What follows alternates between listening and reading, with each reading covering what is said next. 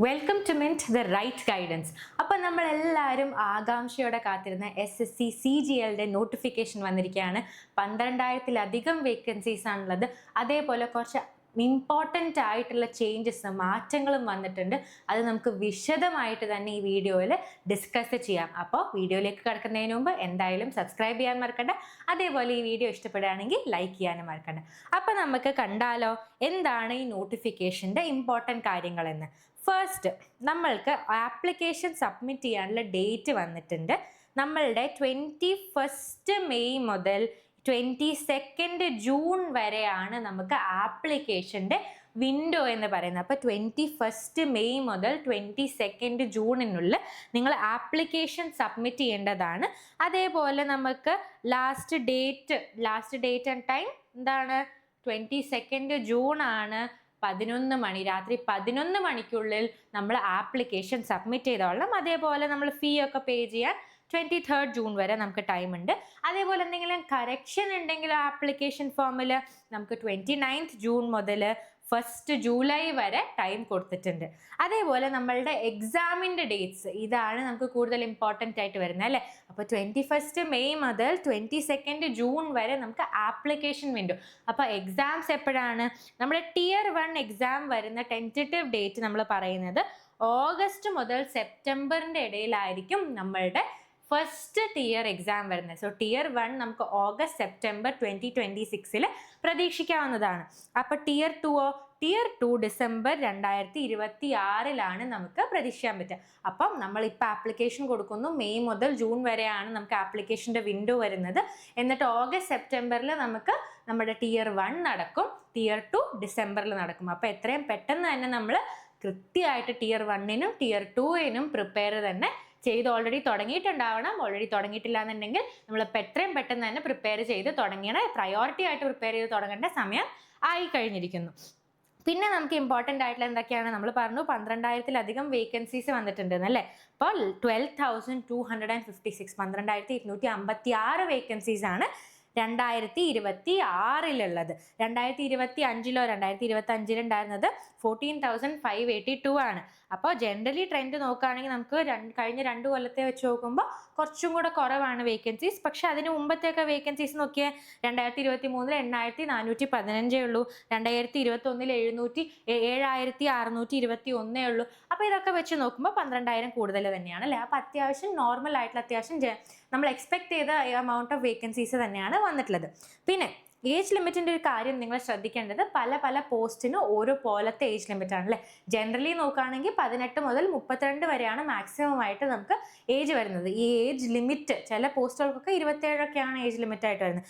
ഈ ഏജ് ലിമിറ്റിൻ്റെ ശ്രദ്ധിക്കേണ്ടത് 1 ഓഗസ്റ്റ് 2026 ഏജ് ലിമിറ്റിൻ്റെ കട്ട് ഓഫ് ഡേറ്റ് എന്നുള്ളത്. സോ അതിന് മുമ്പ് നിങ്ങൾ ആ ഡേറ്റ് കഴിഞ്ഞിട്ടാണെന്നുണ്ടെങ്കിൽ നമുക്ക് അപ്ലൈ ചെയ്യാൻ പറ്റില്ല. അപ്പോൾ അതാണ് കട്ട് ഓഫ് ഡേറ്റ് ആയിട്ട് വരുന്നത് നമ്മുടെ ഏജ് ലിമിറ്റിന്. പിന്നെ മാറ്റങ്ങൾ വന്നു എന്ന് പറഞ്ഞല്ലോ. അപ്പോൾ ഫസ്റ്റ് പ്രധാനമായിട്ടുള്ള മാറ്റമാണ് 2023 ശേഷമാണ് നമ്മുടെ പേ ലെവൽ 8-ലെ AAO-ൻ്റെ അസിസ്റ്റൻറ്റ് ഓഡിറ്റ് ഓഫീസറിൻ്റെയും അസിസ്റ്റൻറ്റ് അക്കൗണ്ട്സ് ഓഫീസറിൻ്റെ ഒക്കെ വേക്കൻസീസ് നമുക്ക് വന്നിട്ടുള്ളത്.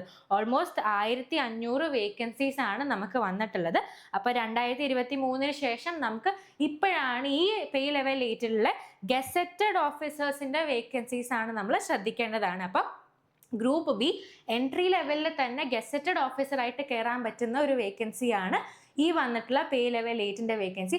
ബാക്കി ഗ്രൂപ്പ് ബി പോസ്റ്റ് വേറെ പേ ലെവൽസിൽ ഉണ്ടെങ്കിലും അതൊന്നും ഗസറ്റഡ് ആയിട്ടല്ല നമുക്ക് കയറാൻ പറ്റുന്നത്. ഇത് മൂന്നും എന്താണ്? ഗസറ്റഡ് പോസ്റ്റുകൾ തന്നെയാണ്.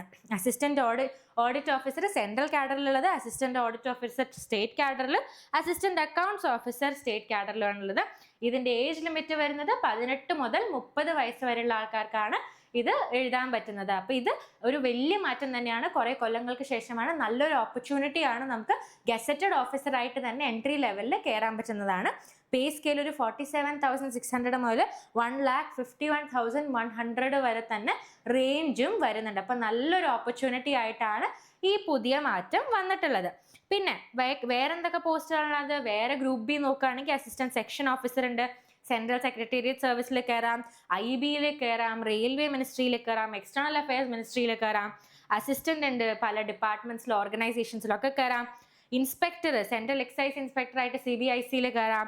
അസിസ്റ്റന്റ് എൻഫോഴ്സ്മെന്റ് ഓഫീസർ ഇതില്, ഡയറക്ടർ ഓഫ് എൻഫോഴ്സ്മെന്റും ഡിപ്പാർട്ട്മെന്റ് ഓഫ് റവന്യൂ, ഇതൊക്കെയാണ് ഗ്രൂപ്പ് ബി പോസ്റ്റ് ആയിട്ട് വരുന്നത്. ഗ്രൂപ്പ് ബി പോസ്റ്റ് മാത്രമാണോ ഉള്ളത്?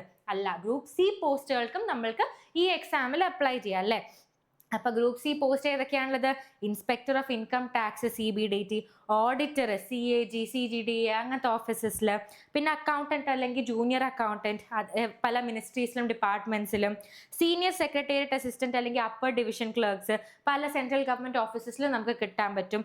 അതേപോലെ ടാക്സ് അസിസ്റ്റന്റ് CBDT CBIC. ഇപ്പൊ ഗ്രൂപ്പ് സി പോസ്റ്റുകളുണ്ട്, ഗ്രൂപ്പ് ബി പോസ്റ്റുകളുണ്ട്, അതേപോലെ ഗ്രൂപ്പ് ബി ഗസറ്റഡ് പോസ്റ്റും നമുക്ക് ഈ പ്രാവശ്യം കിട്ടുന്നതാണ്. സോ അതും വളരെ ശ്രദ്ധിക്കേണ്ട ഒരു കാര്യമാണ്. അപ്പൊ നമ്മളുടെ എഡ്യൂക്കേഷണൽ ക്വാളിഫിക്കേഷൻസ് എന്തൊക്കെയാണ് നമുക്ക് ജസ്റ്റ് നോക്കാം. അത് ഇമ്പോർട്ടൻ്റ് ആണ്. പിന്നെ ഇമ്പോർട്ടൻ്റ് ആയിട്ടുള്ള കാര്യം എന്താണ്? നമ്മൾക്ക് ഇവിടെയും കട്ട് ഓഫ് ഡേറ്റ് ഉണ്ട് അല്ലേ. സോ August 1 നമ്മുടെ റിസൾട്ട് വന്നിരിക്കണം. സർട്ടിഫിക്കറ്റ് കിട്ടണമെന്നല്ല, നമ്മളുടെ എഡ്യൂക്കേഷണൽ ക്വാളിഫിക്കേഷന്റെ റിസൾട്ട് നമുക്ക് August 1 തന്നെ കിട്ടിയിട്ടുണ്ടാവണം. അപ്പൊ അസിസ്റ്റന്റ് ഓഡിറ്റ് ഓഫീസർ അല്ലെങ്കിൽ അസിസ്റ്റന്റ് അക്കൗണ്ട്സ് ഓഫീസർ, നമ്മൾ ആദ്യം പറഞ്ഞ പോസ്റ്റിന് എന്തൊക്കെ വേണം? ബാച്ചിലേഴ്സ് ഡിഗ്രി എന്തായാലും വേണം. പിന്നെ എന്താണ് ഡിസൈറബിൾ, അതായത് ഇതുണ്ടെങ്കിൽ നല്ലതായിരുന്നു എന്നുള്ളത് എന്തൊക്കെയാണ്? Chartered accountant, cost and management accountant, company secretary, കോമേഴ്സിൽ നിങ്ങൾക്ക് മാസ്റ്റേഴ്സ് ഉണ്ടെങ്കിൽ, MBA ഉണ്ടെങ്കിൽ, ബിസിനസ് സ്റ്റഡീസിൽ മാസ്റ്റേഴ്സ് ഉണ്ടെങ്കിൽ ഒക്കെ കുറേയും കൂടെ പ്രിഫറബിൾ ആണ് എന്നാണ് പറയുന്നത്. പിന്നെ JSOയ്ക്ക് എന്തൊക്കെയാണ്? ബാച്ചിലേഴ്സ് ഡിഗ്രി ഏതെങ്കിലും യൂണിവേഴ്സിറ്റിന്ന്, റെക്കഗ്നൈസ്ഡ് ആയിട്ടുള്ള യൂണിവേഴ്സിറ്റിന്ന്, അതിൻ്റെ അകത്ത് 60% നമുക്ക് ക്ലാസ് 12 മാത്സിന് ഉണ്ടായിരുന്നിരിക്കണം. അപ്പൊ മാത്സിന് മിനിമം 60% നമ്മൾ ക്ലാസ് 12 സ്കോർ ചെയ്തിരിക്കണം. പിന്നെ ഒരു ബാച്ചിലേഴ്സ് ഡിഗ്രിയും വേണം. അല്ലെങ്കിൽ വേറെ ഏതെങ്കിലും discipline with statistics as a subject ഗ്രാജുവേഷനിൽ, ഒന്നില്ലെങ്കിൽ മാത്സിൽ 60% 12th, അല്ലെങ്കിൽ നമ്മളുടെ ഗ്രാജുവേഷനിൽ നമ്മൾ സ്റ്റാറ്റിസ്റ്റിക്സ് ഒരു സബ്ജക്റ്റ് ആയിട്ട് പഠിച്ചിട്ടുണ്ടാണ്. പിന്നെ statistical investigator grade 2 graduation degree ഏതെങ്കിലും യൂണിവേഴ്സിറ്റിയിൽ നിന്ന്, എന്തില്? എക്കണോമിക്സിൽ, സ്റ്റാറ്റിസ്റ്റിക്സിൽ, മാത്തമാറ്റിക്സിൽ, ഒന്നില്ലെങ്കിൽ ഒരു കമ്പൽസറി അല്ലെങ്കിൽ ഒരു എലക്റ്റീവ്, അതായത് ഒരു അഡീഷണൽ സബ്ജക്റ്റ് ആയിട്ടെങ്കിലും നമ്മളിത് പഠിച്ചിട്ടുണ്ടാവണം. പിന്നെ research assistant in human rights commission ആണെങ്കിലോ ബാച്ചിലേഴ്സ് ഡിഗ്രി, അതേപോലെ തന്നെ ഒരു 1 year റിസർച്ച് എക്സ്പീരിയൻസും നമുക്ക് ഉണ്ടാവണം. അപ്പോൾ bachelor's degree, 1 year research experience നമുക്ക് എന്തിനുണ്ടാവണം? റിസർച്ച് അസിസ്റ്റന്റ് ഇൻ NHRC കിട്ടാൻ വേണ്ടി. ബാക്കി റിമൈനിങ് പോസ്റ്റിനൊക്കെ യൂഷ്വലി ഒരു ബാച്ചിലേഴ്സ് ഡിഗ്രി മാത്രം മതി. ഇപ്പൊ നല്ലോണം സ്പെസിഫിക് ആയിട്ടുള്ള പോസ്റ്റുകളുണ്ട്, ഒരു ബാച്ചിലേഴ്സ് ഡിഗ്രിയുടെ കൂടെ തന്നെ വേറെ പല ക്വാളിഫിക്കേഷൻസും വേണ്ട. അല്ലാണ്ട് പോസ്റ്റുകളിലൊക്കെ യൂഷ്വലി ഒരു ബാച്ചിലേഴ്സ് ഡിഗ്രി മാത്രം മതിയാവും നിങ്ങൾക്ക് എഡ്യൂക്കേഷണൽ ക്വാളിഫിക്കേഷൻ ആയിട്ട്. പിന്നെ വന്നിരിക്കുന്ന വളരെ പ്രധാനമായിട്ടുള്ളൊരു മാറ്റം എന്താണെന്ന് നമുക്ക് കാണാം. നമുക്ക് Tier 1 അറിയാം അല്ലേ, 4 സബ്ജക്റ്റ് ആണുള്ളത്. Reasoning, general awareness, quantitative aptitude maths, പിന്നെ ഇംഗ്ലീഷും ആണ് നമുക്ക് Tier 1 ഉള്ളത്. നമുക്ക് ടോട്ടൽ 100 ക്വസ്റ്റ്യൻസ് ഉണ്ട്, 25 ക്വസ്റ്റ്യൻസ് ഈച്ചാണ്, 50 മാർക്ക് വെച്ചിട്ടാണ് ഒരു സെക്ഷന് വരുന്നത്. അപ്പോൾ നമുക്ക് നേരത്തെ 1 മണിക്കൂറായിരുന്നു എക്സാം. അപ്പോൾ നമുക്ക് ഇഷ്ടമുള്ള രീതിയിൽ നമുക്ക് ക്വസ്റ്റ്യൻസ് അറ്റംപ്റ്റ് ചെയ്യായിരുന്നു. പല സെക്ഷൻസ് ആണെങ്കിലും നമുക്ക് ഇഷ്ടമുള്ള സമയത്ത്, ഇപ്പം ചിലപ്പോൾ നമുക്ക് മാത്സിന് കൂടുതൽ സമയം കൊടുക്കേണ്ടി വരും, അങ്ങനെയൊക്കെ അറ്റംപ്റ്റ് ചെയ്യായിരുന്നു. പക്ഷെ ഇപ്പം എന്താണുള്ളത്? സെക്ഷണൽ ടൈമർ വന്നിട്ടുണ്ട്. അപ്പം 15 മിനിറ്റ് മാത്രമേ നിങ്ങൾക്ക് ഒരു സബ്ജക്റ്റിന് കിട്ടുള്ളൂ. അപ്പോൾ റീസണിങ്ങിന് 15 മിനിറ്റേ കിട്ടുള്ളൂ, ജനറൽ അവയർനെസ്സിന് 15 മിനിറ്റേ കിട്ടുള്ളൂ, മാത്സിന് 15 മിനിറ്റേ കിട്ടുള്ളൂ, കോംപ്രിഹെൻഷൻ ഇംഗ്ലീഷിനും 15 മിനിറ്റേ നിങ്ങൾക്ക് കിട്ടുള്ളൂ. ഇപ്പം നിങ്ങൾക്ക് സ്ക്രൈബിന് നിങ്ങൾ എലിജിബിൾ ആണെന്നുണ്ടെങ്കിൽ ഈ ഓരോ 15 മിനിറ്റിന് നിങ്ങൾക്ക് ഒരു 5 മിനിറ്റ് എക്സ്ട്രാ കിട്ടും. അപ്പോൾ ടോട്ടൽ ഒരു 20 മിനിറ്റ് എക്സ്ട്രാ കിട്ടുന്നതാണ്. പക്ഷേ സ്ക്രൈബ് ഇല്ല എന്നുണ്ടെങ്കിൽ നിങ്ങൾക്ക് 15 മിനിറ്റ് ആയിരിക്കും ഒരു സബ്ജക്റ്റിന് കിട്ടുന്നുണ്ടാവും. അപ്പോൾ സെക്ഷണൽ ടൈമിംഗ് ഇൻട്രൊഡ്യൂസ് ചെയ്തിരിക്കുകയാണ് എന്ത്? Tier 1. അപ്പൊ Tier 1 മാത്രമാണോ സെക്ഷണൽ ടൈമിംഗ് ഉള്ളത്? അല്ല, Tier 2 കൂടെ സെക്ഷണൽ ടൈമിംഗ് വന്നിരിക്കുകയാണ്.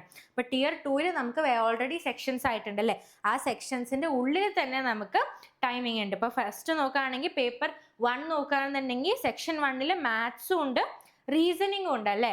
അതിൻ്റെ അകത്ത് 30 മിനിറ്റ് മാത്സിനും 30 മിനിറ്റ് റീസണിങ്ങിനുമാണ് നമുക്ക് Tier 2 ഇനി കിട്ടാൻ പോകുന്നത്. അപ്പൊ ബാക്കിയുള്ള സെക്ഷൻസിന് നമുക്ക് സെക്ഷൻ 2 നോക്കുകയാണെങ്കിൽ ഇംഗ്ലീഷ് ലാംഗ്വേജ് ആൻഡ് കോംപ്രിഹെൻഷനും ജനറൽ അവയർനെസ് ആണുള്ളത്. ഇംഗ്ലീഷിന് നിങ്ങൾക്ക് 40 മിനിറ്റ് കിട്ടും, അതേപോലെ ജനറൽ അവയർനെസ്സിന് 20 മിനിറ്റ് കിട്ടുകയും ചെയ്യും. ഇപ്പോൾ മാത്സിനും റീസണിങ്ങിനും 30 മിനിറ്റ് വെച്ചിട്ട് കിട്ടും, ഇംഗ്ലീഷിന് 40 മിനിറ്റും അതേപോലെ ജനറൽ അവയർനെസ്സിന് 20 മിനിറ്റും ആയിരിക്കും നിങ്ങൾക്ക് കിട്ടാൻ പോകുന്നത്. അതല്ലാണ്ട് നമ്മൾ കമ്പ്യൂട്ടർ നോളജും അതേപോലെ തന്നെ ഡേറ്റ എൻട്രി ടെസ്റ്റ് നോക്കുകയാണെങ്കിൽ 15 മിനിറ്റ് വെച്ചിട്ടായിരിക്കും നിങ്ങൾക്ക് ഈ 2 സെക്ഷൻസിനും കൂടെ കിട്ടാൻ പോകുന്നത്. അപ്പോൾ Tier 1ലും Tier 2ലും നിങ്ങൾക്ക് എന്ത് കിട്ടിയിട്ടുണ്ട്? ഇപ്പോൾ സെക്ഷണൽ ടൈമിംഗ് കിട്ടിയിട്ടുണ്ട്. അപ്പോൾ നിങ്ങൾക്ക് സ്പീഡ് വെച്ച് നോക്കണം. സ്പീഡ് വളരെ ഇമ്പോർട്ടൻ്റ് ആണ്. ഇനി നമ്മൾ കോൺസെപ്റ്റ് മാത്രം പഠിച്ചാൽ പോരാ, സ്പീഡ് പറയാവുന്നൊരു ക്വസ്റ്റ്യൻ തന്നെ എങ്ങനെ സ്പീഡിൽ ചെയ്യണം, എസ്പെഷ്യലി മാത്സിൻ്റെയും റീസണിങ്ങിൻ്റെയും ക്വസ്റ്റ്യൻസ് ഒക്കെ സ്പീഡിൽ എങ്ങനെ കൂട്ടാം, സ്പീഡിൽ എങ്ങനെ ചെയ്യാം എന്ന് നമ്മൾ ഫോക്കസ് ചെയ്തിട്ട് വേണം പഠിക്കാൻ. ഇനി നമുക്ക് പെട്ടെന്ന് ജനറൽ അവയർനെസ്സും ഇംഗ്ലീഷും തീർത്തിട്ട് മാത്സിലേക്ക് പോവാം എന്നുള്ള ഐഡിയ വെച്ചിട്ടൊന്നും പോകാൻ പറ്റില്ല. കാരണം സെക്ഷണൽ ടൈമേഴ്സ് വന്നിരിക്കുകയാണ് അല്ലേ. പിന്നെ JSOയ്ക്ക് നമുക്ക് പേപ്പർ 2 ഉണ്ട്. എന്ത്? സ്റ്റാറ്റിസ്റ്റിക്സ് ആണ് പേപ്പർ 2 വരുന്നത്. 2 മണിക്കൂറാണ് ആ പേപ്പർ ഉണ്ടാവുക. പിന്നെ AOനോ എന്താണുള്ളത്? പേപ്പർ 3 വന്നിട്ടുണ്ട്. ജനറൽ സ്റ്റഡീസ് ആണ് ആ പേപ്പറിൽ ഉണ്ടാവുക. ഫിനാൻസ് ആൻഡ് എക്കണോമിക്സ് ആയിരിക്കും സബ്ജക്ട്സ് ആയിട്ട് ഉണ്ടാവുക. അഗൈൻ 2 hours ആയിരിക്കും ആ പേപ്പർ വരാം. അപ്പൊ ഇതൊക്കെയാണ് നമുക്ക് Tier 2ൽ നമുക്ക് കാണാനുള്ളത്. അപ്പൊ സോഫാർ നമ്മൾ എന്തൊക്കെ കണ്ടു?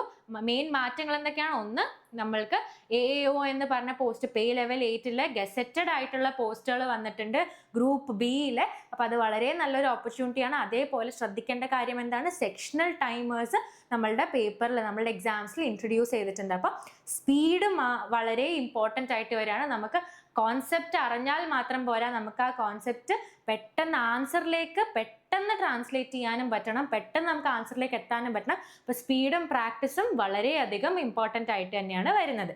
അപ്പോൾ ഹോപ്പ്ഫുള്ളി എല്ലാവർക്കും ഈ വീഡിയോ ഹെൽപ്ഫുൾ ആയിരുന്നു എന്ന് വിചാരിക്കുന്നു. മികച്ച പഠനം വേണ്ടിനപ്പം താങ്ക് യു സോ മച്ച്.